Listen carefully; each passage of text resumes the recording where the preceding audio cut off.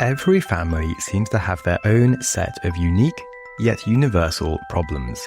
Even The Incredibles, a set of superheroes, manage to be completely relatable when they sit down for dinner. The youngest, Dash, is teasing his big sister Violet. Violet is rolling her eyes until one comment goes too far, and his dad stumbles in late, grumpy from work. Mum is busy stretching her arms across the table to keep the peace. Okay. I'm innovating! Sister Violet, let go of your brother! Of course, nobody wants chaos, but the system of siblings, stress, and unspoken rules seems to guarantee it every time. It's a system at work. And perhaps the same thing happens in your own family as you sit down.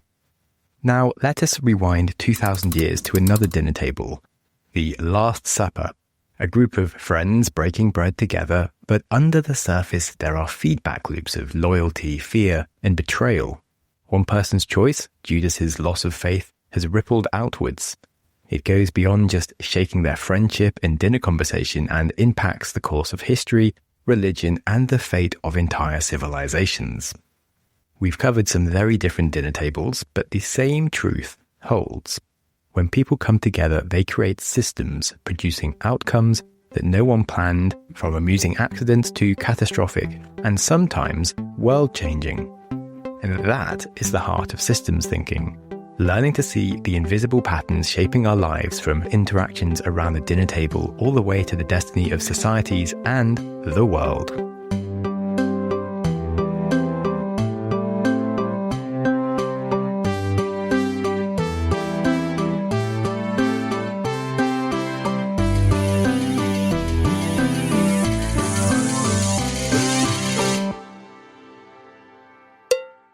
Welcome to How to Change the World, where we are studying the history and future of innovation and creating a blueprint for world changing. If you are just joining us, we are traveling through history chronologically to see how the modern world was made, and along the way, in episodes like this one, I pull out timeless lessons on how change really happens. Today, we are learning about systems thinking, one of the meta theories of everything that can change the way you look at, well, quite literally everything. With it, instead of blaming external events or fighting surface problems, we can start to investigate the internal nature of systems that create the outcomes that we want to change. For example, if you destroy a factory but not the demand that created it, soon enough there will be a new factory to replace it. Or how many revolutions have removed a corrupt leader to end up with a new set of corrupt leaders with the same problems? Well, by understanding the systems around us, we can find and pull on the levers needed to solve our toughest problems. And this is certainly a major source of hope for me. Quickly on the topic of hope, this month in September 2025, world leaders are coming together in New York for the 80th United Nations General Assembly. And podcasters are also coming together on the theme of hope, which is both timely and connected to the conversations that we have here on this show. So in this episode, we will be exploring the idea of hope, that the world is not some scary, infested dumpster destined to get worse, even if that's what the news tells you. In fact, we can rethink challenges and imagine new possibilities, and if this resonates with you, well, make sure you keep an ear out throughout September for other shows that will be sharing their take on hope as part of this global conversation. And with that, we can ask, what is a system? A system is a set of interconnected components working together towards a common purpose, thus producing behavior over time. Now, I'll unpack what that means. Firstly, components of a system could be physical things like ants in a colony, or processes like a river flowing, or even ideas just like the rules in a game. And systems range from the tiny, like atoms, to the vast, like the entire universe. Systems can be living beings such as you and me, and abstract construct like the Billboard Top 100. A fascinating thing about them is that they display emergence, where they create something beyond the sum of their parts. So if you think of the Beatles, for example, John, Paul, George, and Ringo, together their collaboration created something more than just four blokes.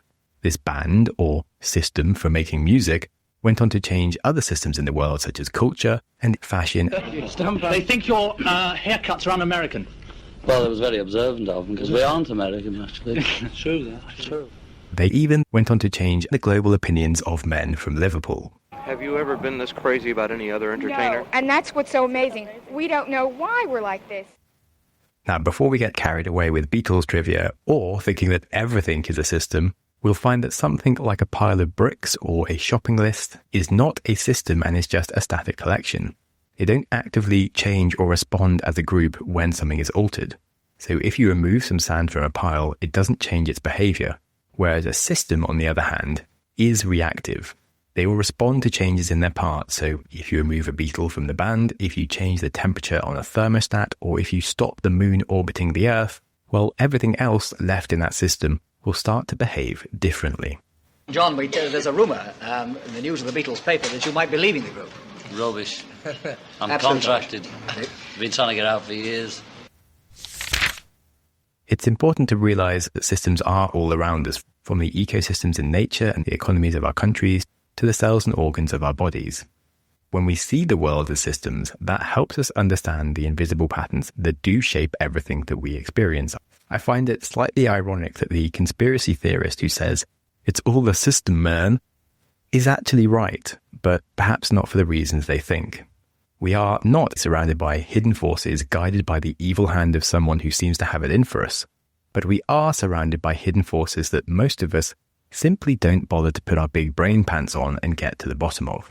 And that is exactly what this episode is for, to help you see the wonderful nature of reality more clearly. So we'll go through the episode in 3 stages. Firstly, I'll outline the 4 basic components of systems with relatively simple examples. Secondly, we'll investigate how we can manipulate systems and create desirable and undesirable outcomes. And then finally, armed with our theory and practical examples, we'll plunge headfirst into some of the world's most difficult problems and see how they get created. So the first of the 4 elements of systems is stocks and flows. A stock is the amount of something there is, like the stocks of fish in the sea.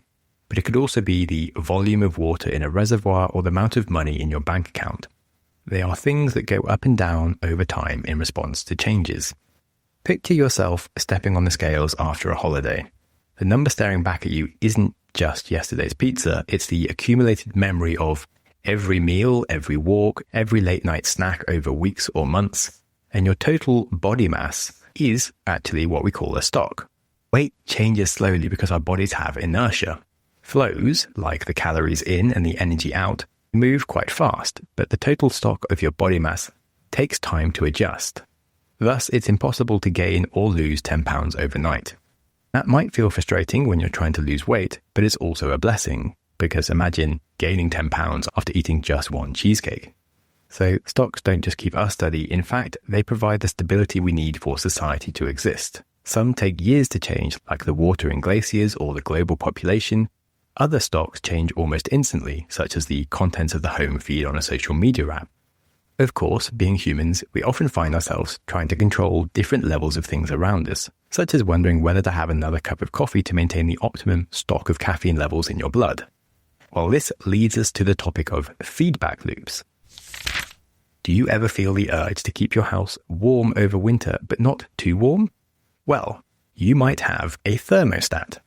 If the house gets too cold, the thermostat will put the heating on. Once the room gets warm enough, the thermostat will switch the heating off. If you open a window, the heat drains faster and so the heating will crank higher. And this is all a very simple balancing loop designed to keep temperature stable. This is called a balancing feedback loop, and you'll see them everywhere. Uber has surge pricing in response to demand. In fact, in our last episode, we spoke about shame in our ancestors, and that was an internal feedback mechanism to prevent members of a tribe from being too antisocial. However, you might ask, how do these loops decide whether to calm things down or crank them up? And what happens if we get stuck in a loop that only grows louder and wilder? Well, one of those would be called a reinforcing feedback loop, such as how a gambling loss can snowball into someone losing everything, or how a virus infection in one person goes on to infect 2 more people and can spread across an entire population. Think about that moment when you check your phone just one more time and suddenly an hour has gone. Well, that is a classic reinforcing feedback loop, one tiny action that spirals into a time sink. These reinforcing feedback loops create exponential growth or catastrophic decline, and they are all over nature and our history once you start looking. The good news, though, is that they can be the source of problems and solutions. Let's say you plant monocultures that decreases soil and insect health, making it harder for other plants to grow, creating further degradation until the land becomes unusable. But doing the opposite, planting varied species, increases soil health, which goes on to encourage diverse, healthy plant life and better soil, and so on. As we are on the topic of fixing things, have you ever fixed a problem only to find out it come back worse later? Well, what if that is due to some unseen delays lurking in the system? Delays are the secret ingredient that makes systems very tricky and sometimes frustrating. Imagine you are a Roman engineer having built an aqueduct across mountain ranges all the way to the city. You open a channel and it could take hours, sometimes days, for the water to finally reach the drinking fountains. So you perhaps open some more channels and, whoops, you have flooded the town baths. Of course, you hastily close many of the channels, and a few days later you face dry wells and no one has anything to drink. What a disaster. Delays can make balancing things tricky. And it turns out modern life is no different. Energy grids must balance demand and supply in real time, but power stations can't ramp up instantly. Or car factories, they have to plan months ahead and they risk shortages if they don't order enough, or overflowing warehouses if they get too high. So these delays make systems feel unpredictable, where you can fix one thing but the consequences show up much later and often in surprising ways. This leads us to the final main idea, which is boundaries. Boundaries shape everything in systems thinking. Many big mistakes happen in the world because we've drawn the map too narrowly or too wide. If you can remember what we learned in the fire episode about forest fires, for years we saw them as disasters to be stamped out. But when scientists expounded the boundary to include lightning strikes, animal migrations, and the long-term health of the forest, then a hidden truth appeared. Those small, regular fires, they clear dead wood, nourish the soil, and they make way for new life. So drawing the boundary too tightly and suppressing all fires only builds up fuel for a bigger catastrophe. The same boundary problem confuses medicine, business, or climate. Doctors who treat only the symptoms might miss the bigger lifestyle patterns that cause them. Politicians tinkering with a single tax policy might ignore the knock-on effects that show up far outside of a 4-year term. However, if we zoom out too much, we can risk drowning in data. Investors who are given more information about a company often can perform worse than those given just the critical metrics to monitor. So the lesson is that the right boundary is seldom the most obvious one, it's just never the same for every problem. Donella Meadows put it beautifully when she said, "The river doesn't care where you draw your city limits, the atmosphere doesn't respect national borders, and systems thinking means constantly asking, have I drawn the boundary correctly to capture what is really happening?" Now, with the basics covered, we are ready to start thinking about how we can manage systems. Underlying every transformation in history, from the rise and fall of empires to revolutions in technology, change is rarely about brute force or scale. Instead, it's about subtle shifts in the right places called leverage points. If you ever fight against a system, you can pour in money, write new policies, hire more people, and yet the mess stays the same or gets worse. Systems are stubborn creatures. But if you become a systems thinker, you learn to start spotting the magical places inside a system where a tiny tug can move mountains. In judo, you learn to use the momentum of an opponent's force against them. Leverage points in systems let us harness the behavior of a system for our own purposes. Let's say you put a smart energy meter in someone's kitchen or hallway, and you'll see the household energy on average go down by 30%. Simply planting hedgerows preserves habitats for bees and butterflies, which helps crop yields. So little actions can have a big effect. And central banks, for example, do this on a massive scale. In every country, central banks will gather a few times a year and tweak the interest rate in their country by 1/4 or 0.5%. That tiny change will set off ripples all over their economy. A reduction in the interest rate makes borrowing cheaper, so houses sell faster and prices rise. That means people can borrow against their homes and buy more stuff, whilst businesses can be investing in growth, all firing up a feedback loop that lifts the economy. Now, raising interest rates has the opposite effect, which helps to cool spending and cool inflation. But of course, there are delays to think about. It takes months for these changes to fully work their way through the system. The Fed, for example, will have to wait to see if it overdid it or underdid it. And then the data they use to make decisions, such as jobs and borrowing, is always messy, it's always delayed, and it's sometimes even wrong. This means they can often overshoot what they want to correct and find themselves in a waiting game as they try to calm the maddening roller coaster of the economy. Of course, the impact of one country's policies doesn't stop at the border of one country. Money and trade flows globally. The impact of interest rates in America or China reverberate across the whole world. Besides economics, nature also has plenty of leverage stories, such as the wolves of Yellowstone National Park. In 1995, 31 wolves were returned to the park that spread over 2 million acres. This small pack triggered a top-down transformation that restructured the entire landscape. Deer started shifting their grazing patterns to avoid wolf territory, letting many plants regrow and riverbanks stabilize, allowing songbirds to return and small mammals. One of those small mammals was, of course, the beaver, which makes dams, which in turn increases biodiversity and reduces flooding. So that one single original change cascaded up and down the food web, transforming the whole ecosystem from just a handful of wolves. Now, what do these stories teach us? Leverage points lie where flows and feedback loops and boundaries cross paths. These subtle pressure points are where a small, well-placed nudge unlocks the giant gears of complexity. Now, before we get too excited with our newfound systems powers and start trying to change everything willy-nilly, it's worth looking further into how systems surprise us. The butterfly effect theory is based on the idea that the flap of a butterfly's wings in Brazil could set off a tornado in Texas. I know that might sound a bit extreme, but the idea was proposed in 1961 by MIT meteorologist Edward Lorenz, who was running weather simulations. Impatient to get his results, he made a seemingly trivial decision. He slightly rounded one input number from 0.506127 to 0.506, which is a change so small it seemed almost meaningless. Literally 1/2000th of a change. But when he returned from his coffee break, the first day's weather had a few small changes in it, but every few days into the projection, these changes were doubling until a whole month later, the weather forecast was completely different. This is why systems often surprise us. Unlike the predictable mechanics of a clock, where one thing linearly impacts another, complex systems are non-linear. Small actions can amplify microscopic changes into massive transformations somewhere else. And this isn't just about weather and butterflies. It's how pretty much everything complicated works. Throughout history, humans invented stuff first, then spent ages cleaning up the messes that they didn't see coming. Take our ancestors chasing mammoths and giant sloths. It seemed like a good idea until they wiped out 80% of the large mammals on the planet. In the process, they wrecked entire ecosystems completely by accident, and they didn't see it coming in the slightest. This is actually a story we'll be learning about in the next episodes as we dive into the inventions of weapons. A different invention we'll see much later in the show, way up in the modern times of 230 BC in the Qin dynasty, their first attempt at a surveillance state. Advancements in record keeping at the time were very exciting, helping enforce laws and taxes across what was the biggest empire that had ever existed in that region before then. Awkwardly, however, each new decree demanded more administration, more oversight, and harsher enforcement, which amplified fragility in the system.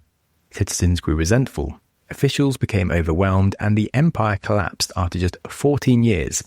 Sadly, the first great empire of China was also the shortest, showing us how well-intentioned advancements can create self-destructive feedback loops.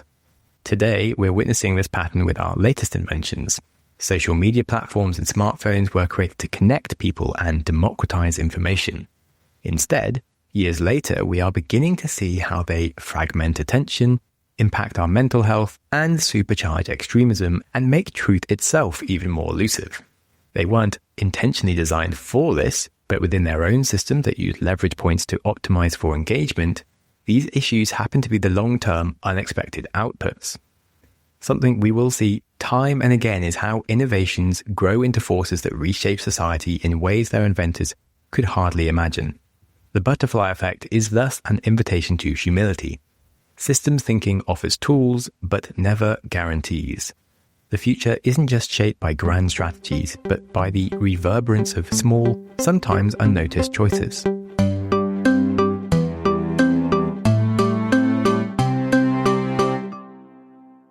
Before we explore some of the biggest systems affecting humans today, I have a few more ideas around how systems survive and make progress that should help complete the picture of what is really going on.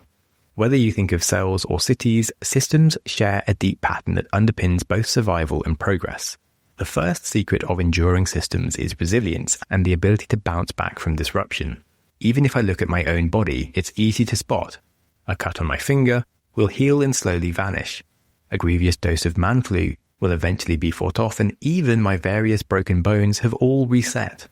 The body doesn't just heal, it's full of countless hidden feedback loops that keep things like temperature and blood sugar stable, and even your mood gets regulated. If we look at other parts of nature, resilience lets forests regenerate after fires or floods, not instantly or perfectly, but reliably, thanks to webs of checks and balances.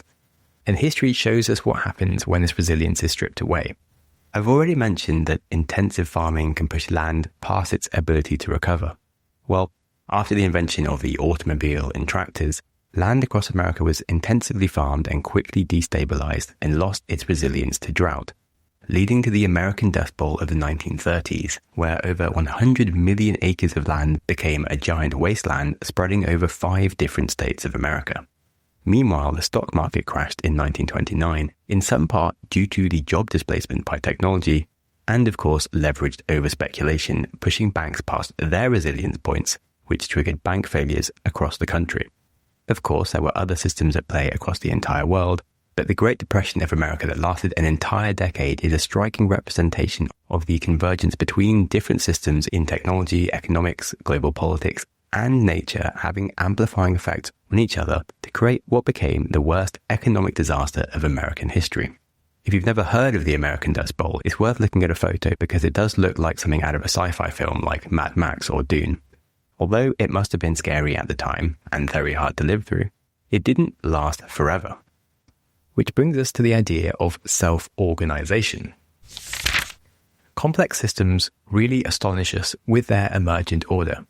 There is no conductor to instruct a snowflake how to crystallize. Their order arises from countless local interactions governed by simple rules. The same miracle made you. You started as a single fertilized egg cell and multiplied and diversified, evolving from a jelly-like blob to a fully formed infant with organs, limbs, memory, and will. Then, of course, societies. They self-organize too. Humanity didn't start with a grand blueprint for industrial civilization. Instead, people experimented, borrowed, tinkered, from building houses and farming to learning to burn coal, pump water, build railroads, invent skyscrapers. Each innovation flowing from and feeding back into the community as a whole. Culture, language, technology are all products of distributed learning and ceaseless adaptation. So this podcast is, in a sense, the study of how self-organization across time and technologies has propelled human evolution to where we are today. After all, history itself is a record of the emergent patterns as societies and technologies build upon themselves, which leads us into the final idea of hierarchies. With all these intricate feedback mechanisms and butterflies causing tornadoes, why doesn't everything collapse under the weight of this chaos? Well, systems sort complexity by organizing into levels, so subsystems inside supersystems. There's a really nice fable of 2 watchmakers for an example here. Both individuals were very skilled and found themselves in high demand for their ability to make glorious watches out of thousands of intricate parts. One watchmaker built his watches by assembling each tiny part in sequence one by one, whilst the other built small modules of 10 or so parts of springs, faces, gears, which would then fit into bigger modules of 100 parts with 10 submodules into it, and eventually these all be joined into one complete watch. Well, whenever the first watchmaker was distracted by a customer or a call of nature, his entire work was lost and he would have to start again from the very first part. But the second watchmaker never lost more than a few minutes of work and he could handle any distraction, picking up wherever he left off. Nature does much the same thing. The human body has a respiratory system or a digestive system, which is made up of separate organs, which are themselves made of different tissues, which are made of cells, which are made of molecules. Each layer is resilient in itself, but also an essential subpart of the whole thing. And any organism, living or abstract, needs hierarchy to function. Society itself even works this way. We have families, teams, businesses, towns, cities, and nations. So for progress, well-crafted hierarchies allow innovations to spread quickly without shattering the larger structure. And when a system has resilience, it allows us to build more advancements on top of that system. Just as learning to build better foundations allows us to build a skyscraper, learning to build robust and deep systems of technology and society allows more innovations on top of us that can build our future. That's why studying the sweep of innovation from the taming of fire to quantum computing is ultimately about uncovering the hidden logic behind how the world adapts, recovers, and transforms. So again, I think we end up with some of the thesis behind this podcast as we see the real challenge come into focus. The one that we'll be chasing episode after episode, which is to learn from these patterns so that we can build a world that's not only more ingenious, but also more robust and wiser.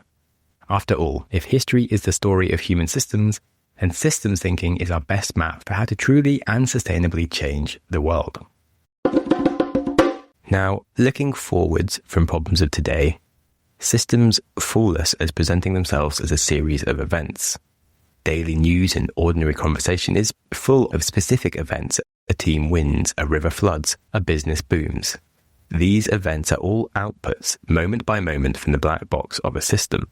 An assassination, a terrible crash, a stunning victory. These can all hook our emotions, even though we see many of them fill our screens repeatedly day by day. But they feel different enough to keep us fascinated whilst offering very little explanatory value behind them.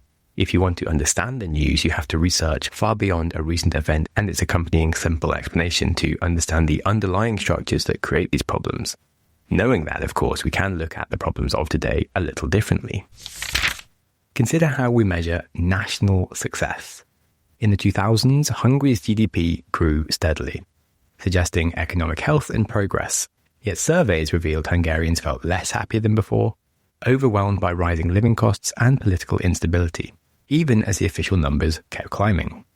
Economist Richard Easterlin, studying similar trends from the US to Japan, found again and again that while GDP could double, people's life satisfaction could often stall or even fall. It turns out that a country's national scorecard can rise on paper whilst communities and trust dissolve, health can decline, and our rivers and airs can become polluted. This is the real danger of changing the wrong measures. GDP goes up with expensive divorces and car crashes. Building housing estates over city parks also works. But that's only great if you want a booming economy based on misery. It's not so great if you want thriving communities in places people actually want to live. So no wonder systems thinkers warn us that if you optimize for the wrong goal, the whole system responds by making you worse off in every hidden way that matters. And that isn't about being anti-capitalism as much as it is just anti-short-term thinking. So next time you hear a politician brag about GDP, you should be asking, does this match what people actually feel, breathe, and experience? That leads us into thinking about population systems. In modern South Korea, young couples like Ji-hoon and Min-seo face a stark choice. Do we try to have a second child or save for a tiny apartment in Seoul? Soaring rents, the pressure of work, the cost of childcare, many put off marriage or children altogether. By 2024, the country's fertility rate dropped to an unprecedented 0.7 children per woman, far below the replacement rate. And as fewer babies are born, classrooms close, Ji-hoon's parents, now elderly, worry about shrinking pensions and a fading neighborhood. Meanwhile, the youth feel hopeless, struggling to compete for jobs that pay enough to support themselves, let alone families. Now it's not just the birth rate, but a spiral. Delayed parenthood means fewer potential grandparents, less community support, and more loneliness. It's a feedback loop where each individual decision makes the collective challenge much deeper.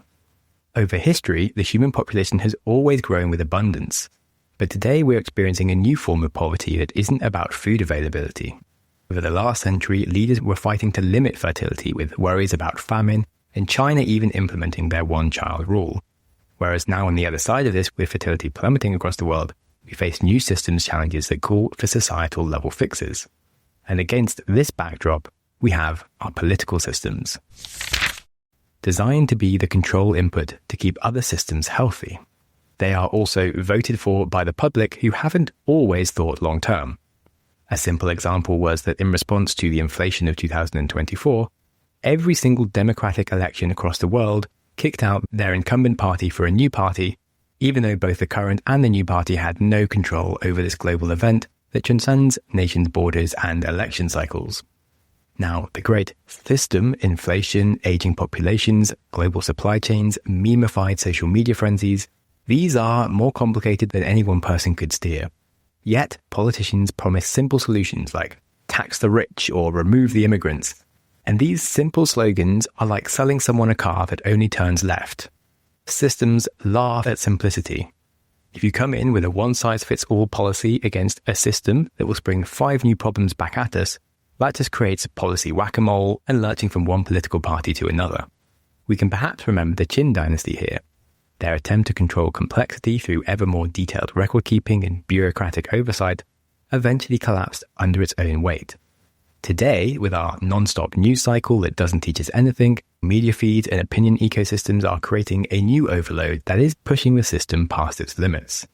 So our lesson here isn't to swap out the players, but to look at how we can upgrade the game that we're playing, or even change the rules. Well, 80 years ago, we set up the UN to do just that. Its greatest hits include creating universal human rights, international law, and the Ozone Layer Treaty. And that reminds us that humanity can establish structures to steer fate. The UN now has 17 Sustainable Development Goals to help foster peace and prosperity globally that we do need to take seriously. But when we consider things like climate chaos to AI risks, it feels like the planet keeps upping the difficulty. It's easy to forget how many wars have been ended, pandemics survived, or that most of the world has been lifted out of poverty and has cleaner water, better education, and individual freedoms that didn't used to exist. I'll remind you that humanity has pulled through every challenge systems have thrown at us before.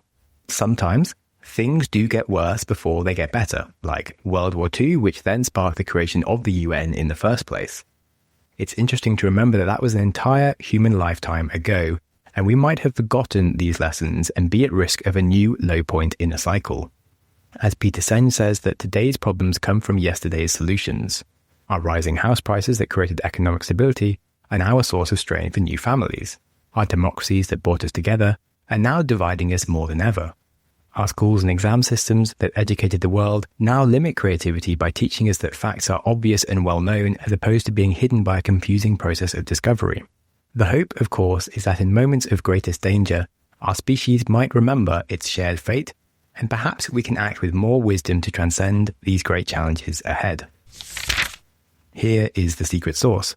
Everything is made up.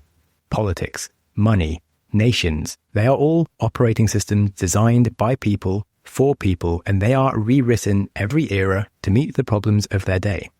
That means we can still update them. It's not about changing things for change's sake or burning down old systems because it's fashionable. It's about evolution, about being adults who know that sometimes you have to look at what's been done before and build upon it or choose a new path entirely. If the sausage of civilization is made in boardrooms, classrooms, and parliaments, then wisdom begins by seeing through the mechanisms that create each new wave of problems and embrace them head on. First, we must get obsessed with understanding complexity rather than fleeing from it. Second, we must invest in slow, boring, hard stuff. Education, institutions, coalitions, and communicators who refuse to simplify at the expense of truth. And third, we should hold the possibility that the next revolution isn't about overthrowing the system, it's about improving it so it works for everyone. We'll be spending this entire podcast learning the recipes, the failures, the hacks, and the heroic upgrades from every single chapter of civilization as we go through it era by era. The century that we live in is the dawn of a new era where hopefully thoughtful systems designers will be the ones who shape what happens next. And as Donella Meadows says, we can't impose our will on a system completely, but we can learn to dance with it.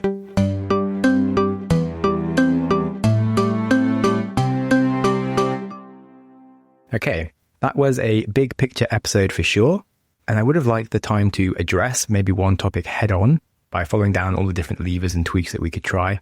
But that would have become a rather giant episode that would also have been very timely and of the moment and probably wouldn't have stayed true for long. And I'd imagine it would be too much of me just telling you what to think rather than ideas on how to think. But if you are interested to hear about what other podcasters are talking about in regards to the reasons for hope at this 80th UN General Assembly, then do look out for other episodes on hope in your podcast player. If you felt some enjoyment from the insights and want to take your knowledge of systems thinking to a whole new level, let's talk about books.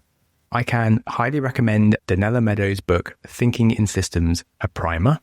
And do get the physical or ebook version to read and not the audiobook to listen to, because it's full of graphs that help demonstrate a lot of the principles of flows and spiraling, etc., that really make it more understandable.